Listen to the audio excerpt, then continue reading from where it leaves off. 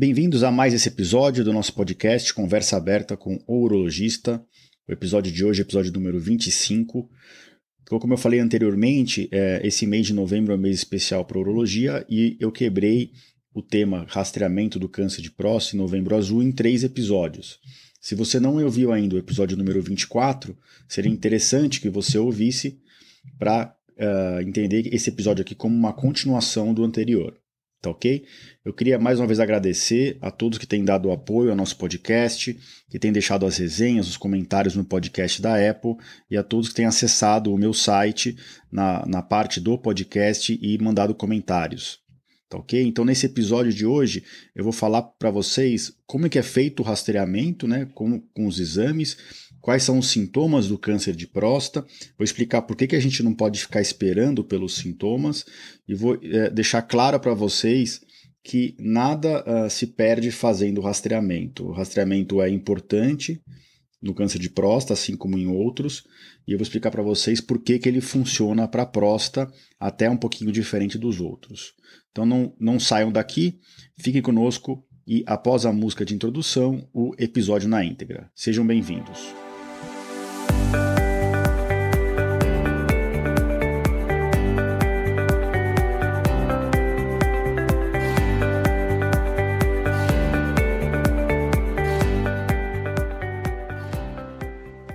Bem-vindos ao podcast Conversa Aberta com o Urologista.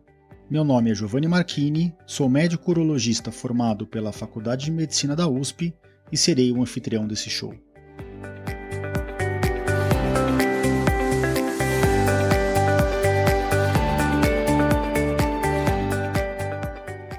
Nesse podcast, queremos compartilhar conhecimento confiável e de qualidade sobre saúde.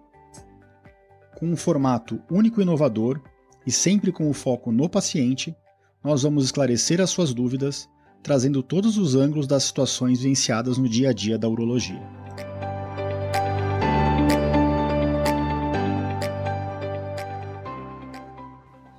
Sejam bem-vindos, então, a essa segunda parte da série de câncer de próstata. Então, hoje a gente vai falar sobre o rastreamento, o diagnóstico e os sintomas do câncer de próstata. Só para fazer um paralelo com o episódio anterior, né, por que muito homem tem medo do diagnóstico e de ir no urologista? Né? Como eu já comentei, os homens têm medo de fazer o toque, apesar de todo homem fazer. Isso no Brasil ainda é uma atitude um pouco machista da população masculina. Mas eu já expliquei no episódio anterior que é um exame indolor e a gente usa também o PSA, né, que é o exame de sangue, para fazer o rastreamento, e hoje o tratamento do câncer de próstata é um tratamento muito avançado, a gente consegue altas chances de cura com menos morbidade, né, trazendo menos problema para os pacientes.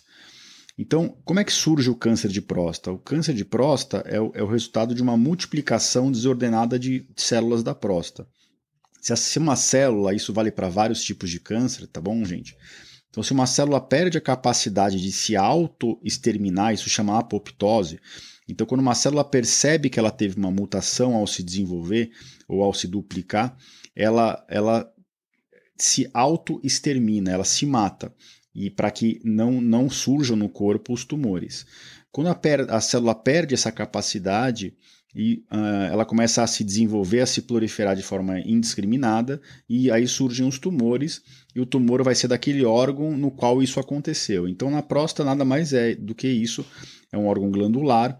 Quando uma célula com mutação começa a se desenvolver de forma desenfreada e surge o tumor de próstata. E com que idade, né, que começa a aumentar a incidência do câncer de próstata? E quais são as populações de maior risco, né? E essa pergunta parece uma pergunta muito teórica, mas na verdade ela é muito prática, porque é isso que vai determinar a resposta para uma outra pergunta, que é quando que eu tenho que começar o rastreamento. Então, a gente tem dados bem específicos nos Estados Unidos que mostram que a idade média ao diagnóstico do câncer de próstata é de 66 anos. Nós sabemos hoje que o câncer surge 5, 10 a 15 anos antes disso. Então, o homem poderia começar a ter um câncer com 50 anos e só fazer o diagnóstico aos 66. o diagnóstico do câncer de próstata, ele é muito indolente, né? O câncer de próstata é um câncer que cresce lentamente na maior parte dos casos, tá? Lógico que nós temos exceções, mas a gente está falando aqui no contexto geral. E quem que tem maior risco? Quais são as populações que têm maior risco? Então a gente sabe que quanto maior a idade, maior a chance de câncer de próstata, mas a gente sabe também que indivíduos da raça negra têm uma maior prevalência do tumor e uma maior incidência de tumores agressivos, tá? Então é uma população especial para esse tipo de tumor. Além disso, quando o homem tem um antecedente familiar positivo, ou seja, quando ele tem um pai ou um irmão ou alguém parente de sangue de primeiro ou segundo grau, que teve o tumor antes dos 55, 60 ou 65 anos, essa pessoa tem um risco maior de desenvolver câncer de próstata do que quem não tem um antecedente familiar positivo. Então, aí vem a outra pergunta, né? Quais são os exames feitos no rastreamento e quando que eu devo começar? Isso é muito comum no consultório. Doutor, com que idade que eu tenho que começar a fazer o PSA, o toque? Então, tendo em vista o que eu acabei de dizer acima, que o câncer acontece principalmente o diagnóstico após os 60 a 66 anos, que é mais frequente em quem tem antecedente familiar positivo ou quem é da raça negra, qual que é a recomendação hoje americana, que também é a mesma da europeia e que o Brasil segue? É rastrear todos os homens acima dos 50 anos. Essa idade já foi 45, hoje é 50 anos, tá? Então, todo homem a partir dos 50 anos deveria ir no consultório do urologista para fazer uma vez por ano o PSA, que é o exame de sangue, e o toque retal. Agora, se o homem tem antecedente familiar positivo, ou seja, se ele teve um familiar com câncer de próstata abaixo dos 50 ou 60 anos, ou se ele for da raça negra, aí a gente traz esse rastreamento um pouquinho mais para anterior, para 45 anos. A gente começa mais precocemente. Então, se você for da raça negra, ou se você tiver um familiar que teve câncer de próstata não com muita idade, você deveria começar o rastreamento aos 45 anos. É lógico, eu vou todo ano no urologista ver outras coisas, pedra no rim, eu tive uma DST, ou então eu tive uma dor no testículo, eu comecei a acompanhar com o urologista mais cedo, eu não posso fazer o PSA mais cedo? Pode. A gente faz o PSA, às vezes até em quem tem 30, 35 anos, às vezes vai colher uma série de exames e o PSA está no meio deles.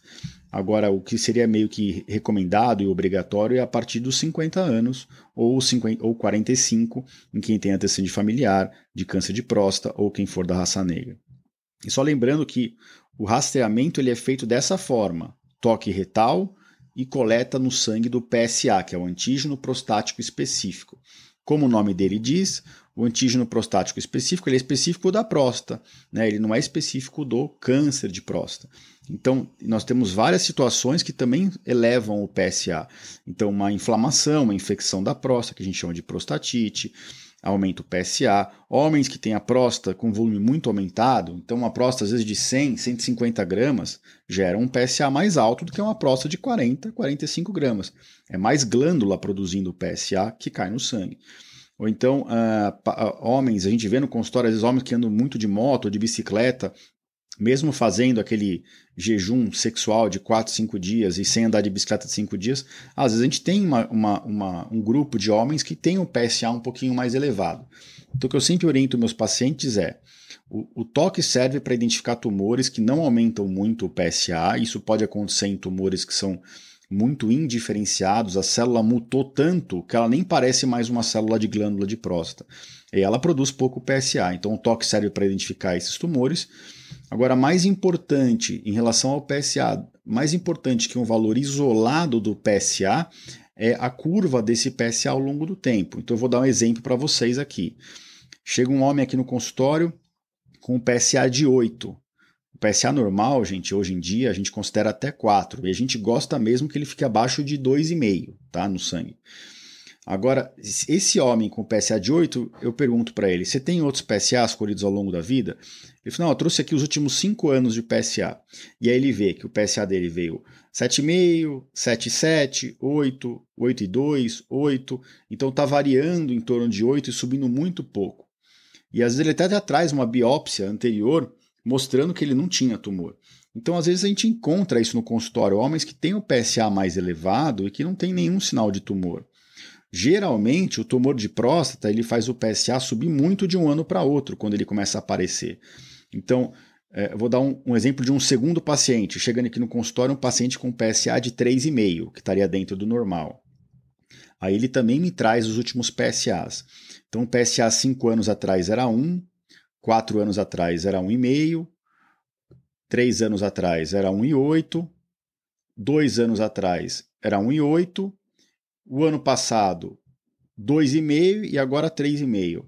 Esse paciente que está com o PSA de 3,5, ele teve uma elevação rápida do PSA, então ele me preocupa muito mais do que aquele paciente com o PSA de 8.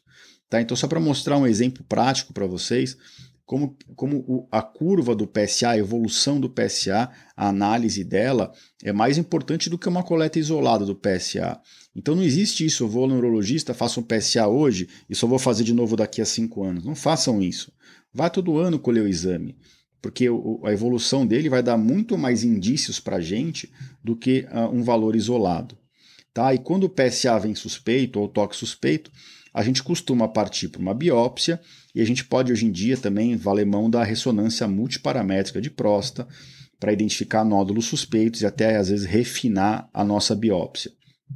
E a biópsia é aquela biópsia feita por via transretal, guiada por ultrassom, e se você tiver a imagem da ressonância, você pode fazer uma fusão cognitiva, que a gente chama, então, o radiologista ou o urologista que está fazendo a biópsia, eles vão tirar fragmentos da próstata inteira, mas vão focar mais naquele local da próstata que tem mais área suspeita, ou que tem algum nódulo suspeito. Então, o rastreamento começa, só recapitulando, acima dos 50 anos ou acima dos 45 anos, se o homem tem antecedente familiar presente de câncer de próstata ou for da raça negra. E quais exames que ele tem que fazer? O toque e o PSA todos os anos. Tá? Agora, vejam, o que a gente está fazendo para essa população masculina aqui no nosso consultório? A gente está fazendo um toque retal e um exame de sangue. Aí eu pergunto para vocês, isso até já foi motivo de um outro episódio aqui no podcast, se vocês quiserem ouvir esse episódio na íntegra, que hoje eu vou falar bem de forma abreviada, é o episódio 14, tá? Então, esse rastreamento com toque e coleta do PSA, ele impede o câncer de próstata? Não, né? Por quê? Eu não estou fazendo nada, não estou fazendo nenhuma intervenção naquele indivíduo na minha frente que vai impedir ele a ter o câncer de próstata. E por que eu não peço para ele fazer coisas do dia a dia que impedem o câncer de próstata? Porque, infelizmente, a gente não tem essa resposta. No passado, já se falou muito do licopeno, né, que tem em alguns alimentos, por exemplo, o tomate, que isso impediria o câncer de próstata, mas estudos clínicos falharam em mostrar isso.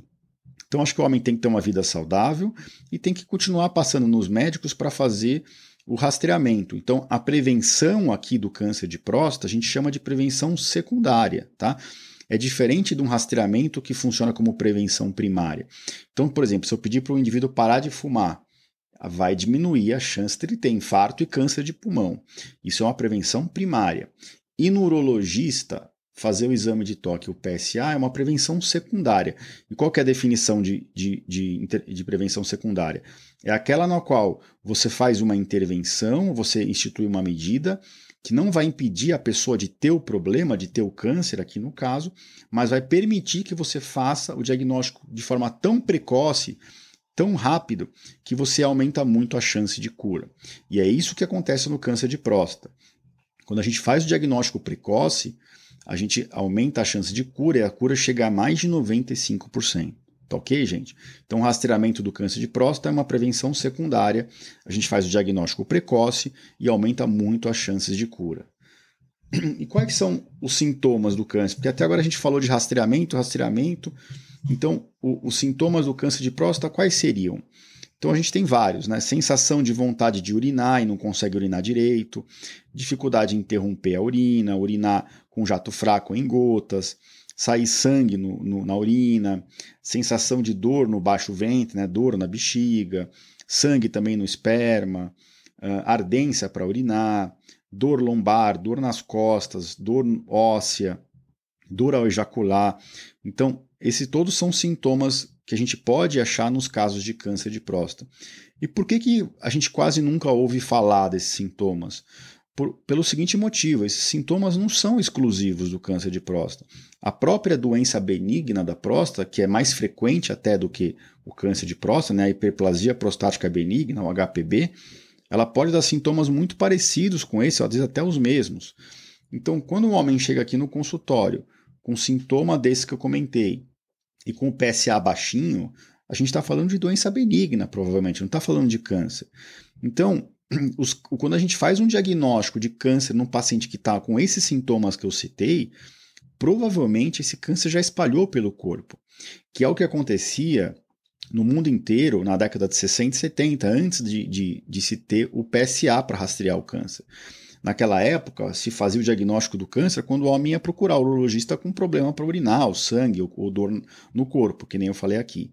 E nessa situação, quando você faz o diagnóstico, às vezes o PSA já está 100, 200, o câncer já está espalhado nos gânglios, em outros órgãos, nos ossos. E aí a gente perdeu a chance de trazer a cura para esse paciente. A gente só vai conseguir tentar controlar um pouco a doença para melhorar a qualidade de vida desse paciente e para tentar impedir que o tumor progrida. Mas a gente já não consegue mais curar, né? Então esse são os grandes motivos para a gente não ficar esperando pelos sintomas do câncer de próstata e para a gente não ficar falando muito deles. Primeiro, porque os sintomas não são específicos do câncer de próstata, né? São específicos da via urinária e vários outros problemas ou situações podem dar sintomas parecidos. E segundo e mais importante, que se a gente deixar para fazer o diagnóstico de um câncer de próstata na vigência de sintomas, mais de 90% a 95% das vezes o tumor já está espalhado e a gente perdeu a chance de cura. Bem diferente, né, daquele cenário que eu acabei de descrever. Quando a gente faz o diagnóstico de um tumor de próstata numa fase tão inicial, que ele é uma bolinha, um grãozinho de arroz ou até um pouco maior que isso, ele não está dando nenhum sintoma. E naquela situação do rastreamento no paciente sem sintomas, aí as chances de cura chegam a 95%. Enquanto nesse paciente que a gente faz diagnóstico sintomático, a chance de cura cai para menos de 5%. Né? Então, é por isso que eu quis fazer esse episódio tão focado nisso. Nós não devemos ficar esperando algumas doenças darem sintoma. Para algumas doenças, a gente tem exames de sangue, tem exames físicos que permitem que a gente faça o diagnóstico precoce. Então, se você é homem, você tem um antecedente familiar ou é da raça negra e ainda não começou o seu rastreamento, você já tem mais de 45 anos, você está perdendo tempo. Isso vale para todos os homens acima dos 50 anos. A gente tem que fazer o rastreamento, tem que fazer o diagnóstico precoce e discutir as opções de tratamento com o homem, para que ele possa ser tratado da melhor forma, a melhor forma para ele, e para que ele possa continuar com a qualidade de vida dele, curado do tumor e disponível para a família dele. Então era isso que eu queria falar no episódio de hoje, focar um pouquinho nos sintomas, focar um pouquinho no como o rastreamento é feito e quando ele deve ser começado. E no próximo episódio, no episódio 3 dessa série de 3 episódios, a gente vai falar um pouquinho sobre as possibilidades de tratamento no câncer de próstata, desde quando ele é feito com a fase inicial, recém-diagnosticado, numa fase assintomática e curável, até numa fase já incurável. Tá bom? Então é isso que eu tinha a dizer para vocês hoje. Eu espero que tenha trazido informação relevante para vocês. Não deixem para fazer amanhã o que vocês podem fazer hoje pela saúde de vocês. É o que eu sempre falo, é o que eu sempre escrevo nas redes sociais. Eu queria mais uma vez deixar o convite para vocês ouvirem os outros 2 episódios, o episódio 1 e 3 dessa série. O episódio 3 sai na semana que vem. E para vocês deixarem a nota de vocês, os comentários de vocês dentro do meu site e dentro do podcast da Apple, que é o podcast que ajuda a gente a aumentar no ranqueamento e atingir mais pessoas para levar informação de qualidade a mais pessoas. Então, dentro do meu site, esse episódio vai estar no www.ourologista.com.br/podcast/episódio 25. A gente se vê na próxima semana e é um prazer estar aqui com vocês mais uma vez. Grande abraço a todos.